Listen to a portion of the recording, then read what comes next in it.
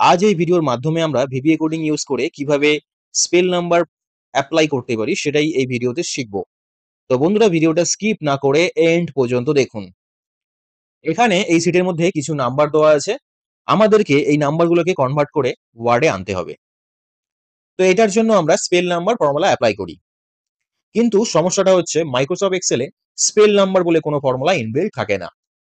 তাহলে আমরা কি করতে পারি? আমরা যেটা করতে পারি সেটা হচ্ছে কিছু ভিবিএ কোডিং এর মাধ্যমে এই স্পেল নাম্বার ফর্মুলাটাকে আমরা এখানে আনতে পারি।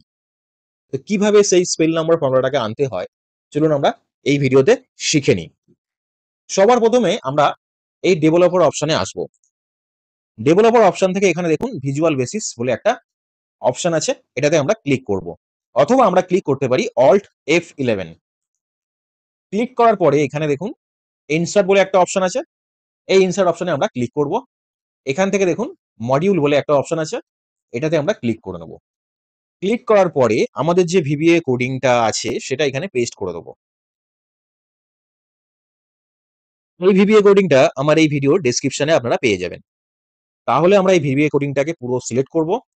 অল সিলেক্ট করে আমরা কন্ট্রোল সি প্রেস করব কপি করার জন্য। কন্ট্রোল সি প্রেস করার পরে আমরা এই মডিউল অপশনে আবার চলে আসবো আমাদের মডিউল অপশনে। এই মডিউলে এসে আমরা এখানে জাস্ট পেস্ট করে দেব।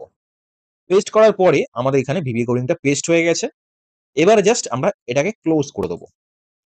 ক্লোজ করার পরে এবার আমরা ফর্মুলাটা এপ্লাই করব। Is equal to rupees format,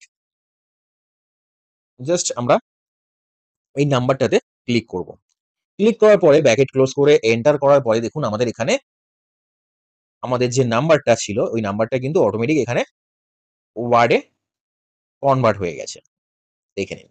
এবার যখনই আমরা এখানে যেকোনো নাম্বার এখানে প্রেস করি না কেন অটোমেটিক কিন্তু দেখুন চেঞ্জ হতে থাকছে। দেখুন এখানে ₹450 অনলি দেখুন। আমরা যাই লিখি না কেন অটোমেটিক দেখুন এখানে অটোমেটিক চলে আসছে।